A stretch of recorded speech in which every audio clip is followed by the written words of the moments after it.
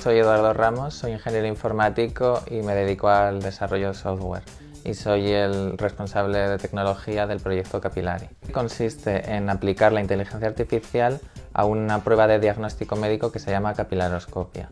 Y en base a la forma de estos capilares, la cantidad y el aspecto que tengan, se puede detectar diferentes patrones patológicos normales de la circulación. Y esto se utiliza principalmente para el diagnóstico y seguimiento de pacientes con enfermedades autoinmunes en reumatología y medicina interna. Está siendo una muy buena experiencia, sobre todo por la cantidad de personas muy variopintas que hemos conocido, que nos han aportado desde tutoría personalizada, pronto empezaremos con mentorización, hemos aprendido sobre marketing en el mundo de la salud, hemos aprendido sobre la financiación, todas las peculiaridades del ámbito. Lo peor de emprender en el ámbito de la salud yo creo que es la dificultad de llevar al mercado tus soluciones, aunque sean realmente buenas y tú sepas que aportan gran valor.